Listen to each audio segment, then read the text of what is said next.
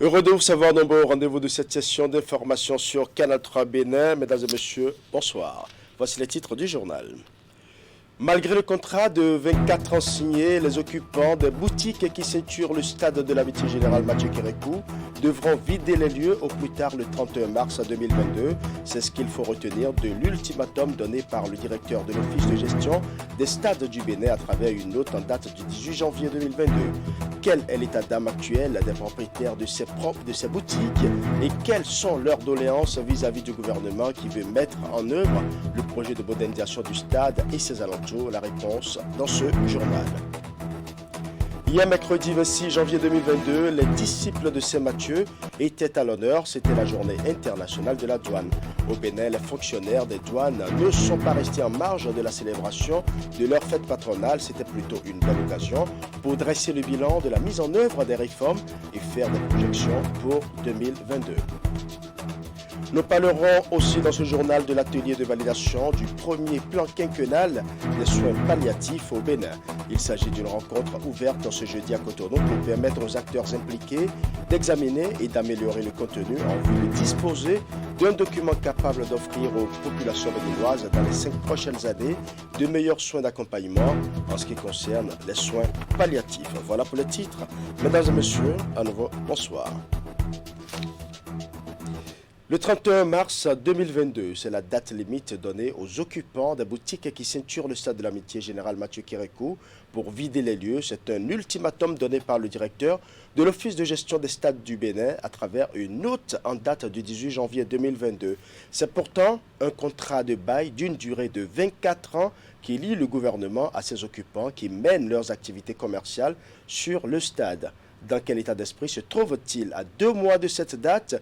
Quelles dispositions sont-ils en train de prendre et quelles sont leurs doléances vis-à-vis du gouvernement qui veut mettre en œuvre le projet de modernisation du stade et ses alentours? La réponse à ces questions dans ce reportage signé Edresso Boukari. Stade de l'amitié de Cotonou, devenu stade de l'amitié générale Mathieu Kérékou. À côté des activités sportives qui s'y déroulent, c'est le plus grand centre commercial hors marché au Bénin. Plus de 400 boutiques qui ceinturent le stade avec plus de 2 milliards d'investissements, plus de 50 bars ouverts à plein temps, une dizaine de banques et de sociétés d'assurance, plusieurs postes de stationnement des filles de joie, lieu de rendez-vous entre amis, tout y est. Mais comme un coup de massue sur la tête, les promoteurs et exploitants de boutiques ont reçu chacun une copie de cette note. Signé du directeur de l'Office de gestion des stades du Bénin, il leur a demandé de vider les lieux au plus tard le 31 mars 2022. Dans la forme comme dans le fond, la démarche reste incomprise. Disons que l'information est venue suite à notre interpellation par voie du CIE au DG, parce que nous apprenons de bouche à oreille que nous allons partir d'ici. Nous avons été obligés d'envoyer une lettre au DG par voie du CIE pour dire mais qu'est-ce qui se passe, et nous avons envoyé la lettre là que le 31 mars au plus tard, nous allons partir d'ici. J'ai eu à poser la question au directeur du stade pour dire, mais en principe, si des choses comme ça doivent arriver, on doit se réunir et arrêter une date butoir pour dire, il est bien vrai, vous avez investi, c'est vous qui payez les loyers, mais sachez qu'à partir de telle date, compte tenu de ce qui va se passer, vous ne payerez plus les loyers. Moi, je l'ai posé cette question, ben, s'il nous disait ça tôt, il faut bien écouter, hein. S'il nous avertissait tôt, est-ce qu'il va encore récupérer ses loyers? Alors, comme il est intellectuel, au lieu de dire que c'est méchant, je vais dire, moi, je dis que c'est malhonnête. L'histoire remonte à 2005. Face au climat d'insécurité et du grand banditisme qui prévalait sur le stade et ses alentours, le gouvernement a décidé de faire appel au privé pour y investir. Les espaces vides de ceinturage du stade ont été alors mis en location sur la base de ce contrat de bail. Chaque promoteur construit soi-même sa boutique et verse le loyer dans la caisse de l'Office de gestion des stades du Bénin. La durée du contrat signé en 2005 est de 24 ans et 16 ans se sont déjà écoulés.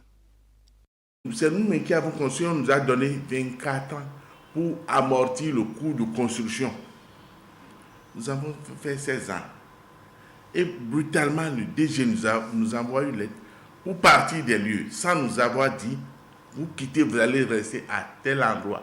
Non, nous vous remettons tel moyen pour aller chercher d'autres boutiques et louer avant qu'on ne vienne vous casser. Et puis il dit dans les lettres que si nous ne partons pas le 31 mars, 2 mois de 10 jours là, que le 1er avril, que le Vienda, nous-mêmes Vienda nous fait partir. Nous sommes aussi les fils de ce pays. Nous sommes ici depuis 15 ans, 20 ans. Et si aujourd'hui on nous dit en 2 mois vous devez partir, je crois que humainement c'est pas bien. Et il faudrait que le chef de l'État interpelle les cadres qui sont commis pour faire ce boulot. Qu'est-ce que vous avez fait et pourquoi vous en êtes arrivé là? Moi je n'ai rien contre ça, j'étais à Paris. Seulement le délai est très très court. Je n'ai rien contre ça. Parce que ce qu'il veut faire, ce que moi j'ai appris, que le président veut faire, si vraiment, si c'est ça, c'est un bon projet pour nous les Béninois. Les activités commerciales menées au stade, c'est plus de 12 000 emplois générés. C'est aussi des prêts contractés auprès des banques pour booster les chiffres d'affaires. La démolition de ces boutiques ne sera pas sans conséquences financières avec des effets collatéraux. J'étais fonctionnaire et après j'ai décidé de voler de mes propres ailes. Alors j'ai monté une activité, l'initiative privée et 2 ans après, sans avoir le temps d'amortir l'investissement, on me dit il faut déguerpir. C'est même pas qu'il y a des rumeurs que tu déguerpis, on va te dédommager. Il s'agit de déguerpir, c'est-à-dire que vous repartez à zéro. J'ai fait 17 ans dans le travail salarié et j'ai décidé de voler de mes propres ailes, sauf que 2 ans après, on me décourage complètement. C'est-à-dire c'est comme si je me suis trompé, en fait. Mais le chef est sensible au problème des populations, surtout qu'il a dit dans son message lors de la prestation de serment que le mandat là, c'est un mandat hautement social. Nous allons vers lui en lui demandant de bien vouloir voir le cas pour nous. Voilà. Quand on regarde par exemple ceux qu'on a déguerpis pour la Codi et à Fidrosset, on leur a trouvé des espaces de 200 mètres carrés, 300 mètres carrés. Et on les a intéressés aussi par de l'argent pour construire là-dessus. Mais nous, en fait, ce n'est pas ça qu'on veut. On ne veut pas ça forcément. Mais on n'a qu'à nous trouver des espaces où on peut mettre 40, 50 bars ensemble. Parce que c'est ça qui fait l'attraction aujourd'hui. Un délai raisonnable pour déposer les clés, le respect des clauses du contrat du bail en ce qui concerne les cautions et éventuellement définir la nouvelle destination. Ce sont entre autres les doléances des promoteurs et exploitants des boutiques. Faire des omelettes et casser des œufs sans y laisser des coquilles, le dernier mot revient au gouvernement. En tout cas, les affaires continuent de tourner au stade en attendant de voir le nouveau visage que le gouvernement entend lui donner dans les mois à venir. Voilà, c'était à l'instant les préoccupations et les doléances des propriétaires des boutiques qui ceinturent le stade de l'amitié, général Mathieu Kérékou. Cotonou abrite depuis ce jeudi la réunion du Conseil départemental de concertation et de coordination de littoral. Les travaux sont lancés par le préfet Alain Orunla. Les différents acteurs concernés ont répondu présents à l'appel de l'autorité. Nous allons suivre le point développé par Clément Achadé. En ce début de l'année 2022, le Conseil départemental de concertation et de coordination tient sa première session ordinaire. Une réunion importante qui regroupe ici à la préfecture de Cotonou les représentants de la municipalité, des responsables des services déconcentrés de l'État, des organisations de la société civile, du secteur privé et bien d'autres. Une première session de l'année qui se penche sur plusieurs questions de développement du littoral. Mais avant l'ouverture des travaux proprement dits, le préfet Alain Souro-Orunla a dévoilé les 3 points inscrits à l'ordre du jour avant d'adresser ses félicitations aux membres du conseil départemental pour le travail abattu au cours de l'année écoulée. Je veux citer, entre autres, la bonne tenue de l'élection présidentielle d'avril 2021, l'amélioration des recettes de la commune avec la création de guichets uniques dans tous les arrondissements, la libération des domaines publics maritimes de Plakodji et Fieyon 2. Néanmoins, toutes nos attentes pour l'année 2021 n'ont pas été comblées pour bon nombre de raisons. Ainsi, peut-on relever que le problème lié à la gestion des panneaux publicitaires dans la commune est toujours d'actualité. Le renouvellement de la régie relative à la gestion de ces panneaux est primordial. Aussi, assistons-nous impuissants à la recolonisation du domaine public libéré qui se fait persistante et il est nécessaire d'y trouver une solution radicale. De nouveaux défis qui amènent le préfet du littoral à inviter les différents acteurs à redoubler d'efforts pour l'atteinte des objectifs. Et pour y arriver, la préfecture propose déjà aux institutions de s'appuyer sur le programme d'action du gouvernement du second quinquennat de Patrice Talon qui regorge assez d'opportunités d'investissement, mais aussi des projets de développement. Par conséquent, j'invite chacun, de par sa position politico-administrative, à accompagner le gouvernement dans la mise en œuvre du PAG 2 et à jouer convenablement le rôle à lui confié par la République. Je nous exhorte donc à faire preuve d'anticipation à tous les niveaux et à être présents sur le front de lutte afin d'accompagner les initiatives et réalisations du gouvernement qui sont, on ne peut plus, sanitaires. Je ne pourrais occulter la question de Covid-19 car, qu'on le veuille ou pas, cette pandémie est plus que présente dans nos vies et nous devons agir afin de limiter sa propagation puisqu'il nous faudra être en parfaite santé pour relever les nombreux défis. Au-delà donc du respect des mesures barrières, nous nous devons d'encourager nos populations à la vaccination afin de nous garantir une immunité collective. Après avoir passé en revue les sujets administratifs liés à la décentralisation et aux questions d'actualité, le Conseil a eu droit à 2 communications. La première sur la Société de gestion des déchets et de la salubrité et la seconde sur le nouveau Code général des impôts en lien avec la fiscalité au niveau local. À l'issue des travaux de ce Conseil, des orientations sont attendues à même d'aboutir à un meilleur bilan au bout de l'année 2022. Restons dans le registre de la décentralisation avec l'Association nationale des communes du Bénin qui a organisé les 25 et 26 janvier 2022 un atelier de priorisation d'actions et d'élaboration des FRAT. Cet atelier qui a réuni les cadres techniques des associations régionales et associations départementales du sud du Bénin s'est déroulé à Grand Popo dans le département du Mono. Le point de l'ouverture des travaux avec Geoffroy Messin. Une dizaine de cadres techniques représentant les associations régionales et associations départementales de la zone sud du Bénin, entourés de cadres de l'Association nationale des communes du Bénin, ANCB, sont en conclave ici à l'hôtel Bel Azur de la station balnéaire de Grand Popo. En 48 heures, ils sont appelés à débattre de la priorisation, d'action et de l'élaboration des feuilles de route pour l'atténuation et l'adaptation territoriale, FRAT. Le présent atelier vise à établir pour 9 associations régionales et départementales un diagnostic territoire. Ce dernier tiendra compte des recommandations de la 3e communication nationale, de la synthèse des priorités en atténuation et en adaptation au changement climatique contenues dans les plans de développement communaux PDC. Il est également attendu de vous que vous dégagiez les idées de projets contenus dans les documents stratégiques mis à votre disposition et qui collent avec vos territoires. Vous procéderez enfin à une priorisation des projets pertinents pour vos territoires en vue de sortir 2 programmes en atténuation et en adaptation contenant les 10 projets prioritaires pour chaque territoire pour la période qui va de 2022 à 2026. Cela permettra d'élaborer 9 feuilles de route pour l'atténuation et l'adaptation dans les départements et régions concernés.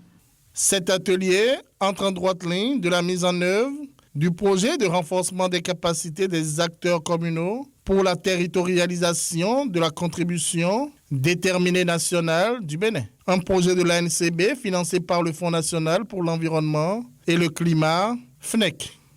Au thème de ce processus, des feuilles de route vont sortir et ça déjà prépare nos territoires respectifs à avoir une planification sur laquelle elles peuvent se baser pour aller faire des recherches de financement. Nous invitons donc nos élus communaux responsables de ces départements à accompagner après la mise en œuvre de ces feuilles de route pour que effectivement à l'horizon que le Bénin s'est fixé pour réaliser ces actions-là, les acteurs communaux puissent être vraiment présents et poser des actions concrètes au bénéfice de nos populations respectives. L'ANCB reste fidèle à son engagement en faveur de la prise en compte de l'adaptation et de la résilience au changement climatique dans les préoccupations des collectivités territoriales. Il faut souligner que le Bénin, de par sa position géographique, est particulièrement vulnérable au changement climatique dont les conséquences sont ressenties au plan national et local. Lancement officiel de la deuxième vague de collecte des données cadastrales. C'était ce mercredi à Cotonou. Cette opération qui a pour objectif d'enregistrer les parcelles afin de garantir leur sécurité couvre une dizaine de communes. L'opération est lancée par le comité technique de supervision de la réalisation du projet. Reportage. Le cadastre national est une initiative du gouvernement qui permet d'identifier, d'enregistrer et de décrire les terres sur l'ensemble du territoire béninois. Après la première vague de ce programme qui a pris en compte les communes de Boïkon et de Ndali, le comité technique de supervision et de réalisation du projet lance la deuxième phase de collecte des données cadastrales. Au Bénin, le paysage foncier a toujours été marqué par des conflits fonciers et domaniaux avec une récurrence de superposition de droits de propriété ou de propriété présumée sur le même immeuble. C'est donc dans le but d'assurer la sécurisation foncière, de favoriser l'accès à la terre à tous et de disposer à terme d'informations fiables et globales sur le foncier, sur toute l'étendue du territoire que le gouvernement de la République du Bénin a opté pour la mise en place d'un cadastre national. Présents à ce rendez-vous, les acteurs impliqués dans la modernisation de l'administration foncière au Bénin. À leur côté, l'ambassade des Pays-Bas. Pour cette deuxième vague, 10 communes sont ciblées. Il s'agit d'Aplahoué, Grand Popo, Abomey-Calavi, Cotonou, Semempodji, Porto Novo, Paubert, Sakété, Paracourt et Djougou. Toutes les parcelles qui sont enregistrées sont donc sécurisées lorsqu'elles le sont au cadastre national. Cela permet effectivement d'avoir des informations fiables et de faire en sorte que la personne qui a apporté les actes présomptifs de propriété ou les actes de propriété qui ont soutenu l'enregistrement au cadastre national puisse aller tranquillement se reposer et être à l'abri de tout conflit foncier. C'est donc une opportunité unique qui est offerte aux communes pour rendre de meilleurs services aux populations et pour accélérer la mise en œuvre des actions de développement au niveau local. Les autorités locales que nous sommes ne pourront que nous réjouir d'une telle réforme qui vient mettre fin à un désordre qui n'a que trop duré. Le cadastre national offre de nombreux avantages aux communes adhérentes. Outre la numérisation des données et la modernisation de la gestion foncière, c'est un outil d'aide à la planification et à la gestion urbaine et à l'amenuisement des conflits fonciers. Je l'annonçais en titre, ce mercredi 26 janvier 2022, c'était la journée internationale de la douane. Au Bénin, les fonctionnaires des douanes ne sont pas restés en marge de la célébration de leur fête patronale. Occasion pour eux de dresser le bilan de la mise en œuvre des réformes et de faire des projections pour 2022. Pour l'année 2021, on retient que l'administration a fait une forte mobilisation des recettes avec plus de 100% des prévisions. Le point avec Idriss Boukari. À l'instar des autres membres de l'Organisation mondiale des douanes, l'administration douanière béninoise célèbre ce mercredi la journée internationale de la douane. Comme chaque 26 janvier, l'événement a mobilisé à la direction générale à Cotonou, fonctionnaires des douanes, opérateurs économiques, commissionnaires agréés en douane et autres acteurs intervenant sur la plateforme portuaire. Thème retenu pour cette édition, accélérer la transformation numérique de la douane en développant une culture de la donnée et un écosystème performant.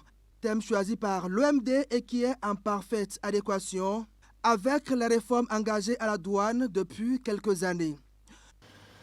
À travers cette problématique d'une pertinence actualité, les administrations douanières membres de l'Organisation mondiale des douanes sont invitées à réserver une place importante à la donnée. En effet, dans les transactions quotidiennes, la douane enregistre une mine d'informations précieuses dans son système informatique qui constitue une véritable banque de données. Cette nouvelle approche dans la gestion de la donnée cadre parfaitement avec la vision du gouvernement du Bénin. En effet, la mise en œuvre d'une panoplie de réformes, notamment le programme de vérification des importations, les réformes institutionnelles et informatiques, y compris la création d'un guichet unique de commerce extérieur en vue de la dématérialisation réelle et totale des procédures de dédouanement, en constitue une éloquente illustration. Journée internationale de la douane, moment festif mais aussi de réflexion. À cette occasion, le directeur général des douanes et droits indirects et ses hommes évaluent le chemin parcouru. Malgré le contexte économique mondial difficile, en 2021, la douane a largement dépassé ses prévisions grâce à la pertinence des réformes et aux directives du ministre d'État chargé de l'économie et des finances. Ainsi, les recettes douanières collectées à fin décembre 2021 s'élèvent à 440 milliards 479 millions de francs CFA pour une prévision annuelle de 436 milliards 014 millions de francs CFA, soit un taux de réalisation de 101,02%. Cette performance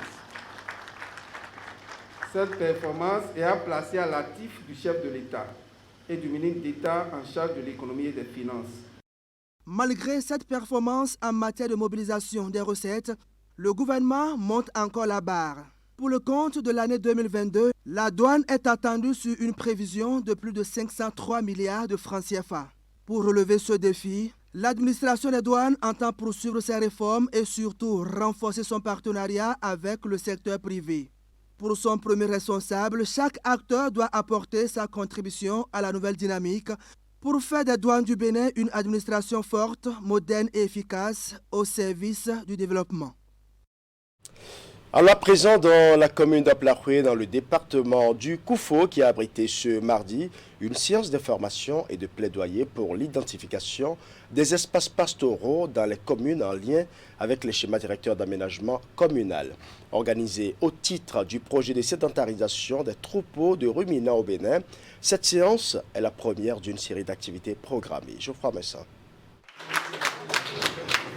Les responsables du projet de sédentarisation des troupeaux de ruminants au Bénin, PROCER, lancent ici une série de séances d'information et de plaidoyer dans le département du Koufo. Elle porte sur l'identification des espaces pastoraux dans les communes en lien avec les schémas directeurs d'aménagement communal. Cette séance inaugurale s'est déroulée dans la matinée de ce mardi 25 janvier 2022 dans la salle de conférence de la préfecture du Koufo à Aplaroué. Mesdames et messieurs, la présente séance qui s'appuie sur les dispositions du code pastoral en vigueur au Bénin permettra certes de nous outiller pour désormais gérer au mieux les épineuses questions liées à la transhumance et à la sécurisation des sites devant abriter les activités du projet Bénin dans nos communes. L'objectif du gouvernement, en initiant le PROCER, est de réduire les effets pervers de la transhumance et d'améliorer la contribution du sous-secteur de l'élevage à la croissance économique. La délimitation, mais aussi la sécurisation de ces espaces-là pastoraux permettra d'éviter de nombreuses pertes en vies humaines enregistrées lors de la transhumance. Il s'agit là d'un défi majeur afin de créer un climat propice aux activités économiques des populations agricoles, mais aussi et surtout pour inscrire les investissements réalisés dans le projet dans la durabilité. Cette séance est la première activité de terrain du projet. Elle a été une occasion d'échange sur les opportunités offertes à chaque acteur du sous-secteur afin d'enrayer les effets néfastes de la transhumance, mais aussi d'aborder la question de l'identification des espaces pastoraux en lien avec les schémas directeurs d'aménagement communal. Parce que déjà dans ces schémas d'aménagement, nous avons pris soin de dire que nous avons à tel endroit et à tel autre endroit des zones agricoles. Nous avons les zones d'habitation, nous avons aussi les zones industrielles. Et donc, tout cela fait collera absolument à ces zones agricoles-là pour que nous n'allions pas perturber l'existence des habitants au niveau des autres zones.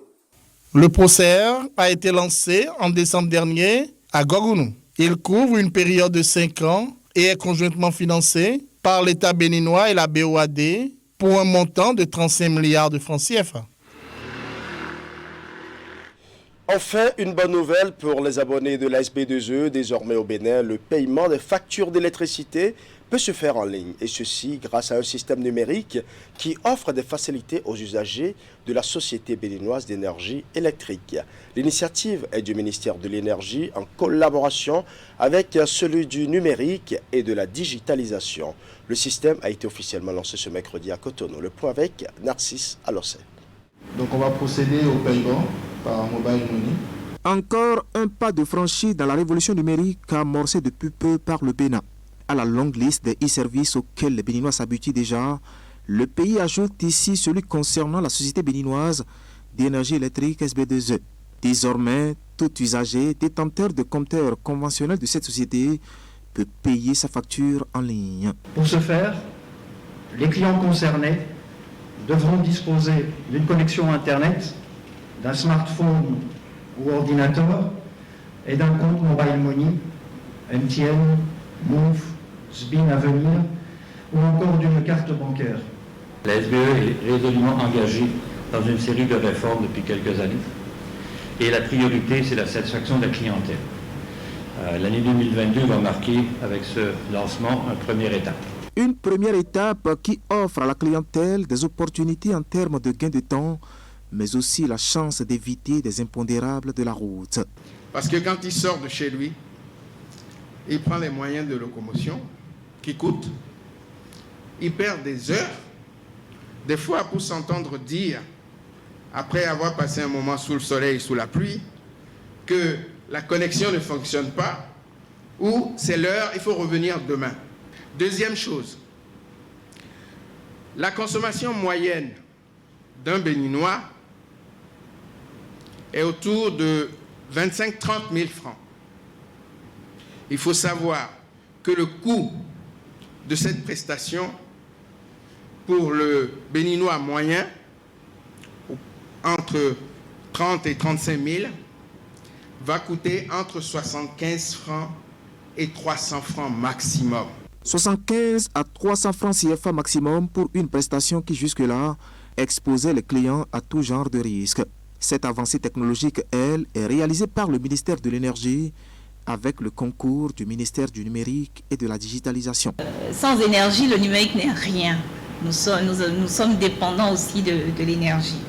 Donc de mon point de vue, ce n'est pas qu'un e-service de plus, c'est un e-service qui vient vraiment apporter de la facilité aux usagers de la SB2E, qui vient leur permettre, comme je l'ai dit tantôt, de pouvoir s'acquitter de ce devoir de payer leurs factures de n'importe où et n'importe quand. C'est fini donc les tracasseries pour les détenteurs de compteurs conventionnels à post-paiement à la SB2E. La plateforme qui facilite ce paiement en ligne jouit du support technique de l'Agence des systèmes et services d'information, l'ACI. Nous allons à présent parler de l'atelier de validation du premier plan quinquennal des soins palliatifs au Bénin. La rencontre qui s'est ouverte ce jeudi à l'Infosec à Cotonou est l'occasion pour les différents acteurs impliqués de l'examiner et d'en améliorer le contenu en vue de disposer d'un document qui permette d'offrir aux populations béninoises dans les 5 prochaines années de meilleurs soins d'accompagnement en ce qui concerne les soins palliatifs. Les travaux qui durent 2 jours ont été lancés par le secrétaire général du ministère de la Santé, représentant l'autorité de tutelle. Suivant. Bien que pris en compte dans la vision du secteur de la santé, les soins palliatifs sont un volet important de l'offre des soins de santé qui est resté longtemps ignoré. Et pour améliorer l'offre en la matière, le ministère de la Santé a mis en place le programme national des soins palliatifs en septembre 2018. C'est dans ce cadre que différents acteurs prennent part à cet atelier de validation du premier plan quinquennal des soins palliatifs au Bénin. Le document dont nous prendrons connaissance aujourd'hui est un document qui a été rédigé par des experts du secteur. Un document rédigé selon l'approche FAIR définie par le ministère du Plan. Une approche qui a nécessité le regroupement des experts de tous bords, du ministère de la Santé, du ministère du Plan, du ministère des Affaires sociales, du ministère de la Décentralisation, qui, de façon minutieuse, ont procédé à une analyse diagnostique des soins de santé primaires au niveau du pays, une analyse du contexte pour identifier les gaps, identifier les défis et faire des choix les plus appropriés qui nous permettent d'assurer dans les 5 années à venir la disponibilité des soins de santé primaires à tous les niveaux. Le processus d'élaboration de ce plan a commencé depuis environ 7 mois sous le leadership du Conseil national des soins de santé primaires, fortement appuyé par l'Agence belge de développement ENABEL. Les soins palliatifs en Afrique en général et au Bénin en particulier étaient jusque-là laissés pour compte, je dirais. Pourtant, les besoins en soins palliatifs ne cessent d'augmenter comme nous le savons tous, avec l'augmentation des maladies non transmissibles et aussi l'augmentation de l'espérance de vie. Plusieurs patients se retrouvent vraiment, surtout en fin de vie, dans une situation de détresse physique, émotionnelle, psychologique et même spirituelle qui est souvent assez déplorable. ENABEL, comme vous le savez, accompagne les actions clés du ministère de la Santé et nous sommes heureux d'avoir contribué à l'élaboration de ce plan. Et nous n'allons pas nous en arrêter là. Nous avons l'ambition de contribuer davantage à asseoir l'effectivité des soins palliatifs dans le pays. C'est pour la première fois qu'il est élaboré un plan de soins palliatifs au Bénin et en Afrique francophone, et ce depuis la résolution WHA-67-19 de la 67e Assemblée mondiale de la santé qui exhortait déjà en 2014 les États membres à intégrer les soins palliatifs à tous les niveaux de leur système de santé. Le concept de soins palliatifs étant relativement nouveau au Bénin, il est nécessaire de disposer d'un plan quinquennal qui constituerait la boussole du programme pour l'identification et la mise en œuvre des interventions. Ces types de malades sont très nombreux dans nos communautés et parfois oubliés de tous. Cette situation nous interpelle tous. Au Bénin, on estime en effet à plus de 65 000 le nombre de personnes nécessitant les soins palliatifs chaque année du fait des cancers, du sida et d'autres pathologies chroniques. Le représentant du ministre de la Santé invite ainsi les participants à ne ménager aucun effort afin que les objectifs assignés à cet atelier soient atteints, puisque c'est sur eux que repose la responsabilité du choix définitif des actions les plus pertinentes qui feront du Bénin, d'ici l'horizon 2026, un modèle en matière de soins palliatifs. Ainsi se referme ce journal. Merci pour votre aimable attention. Bonne soirée chez vous.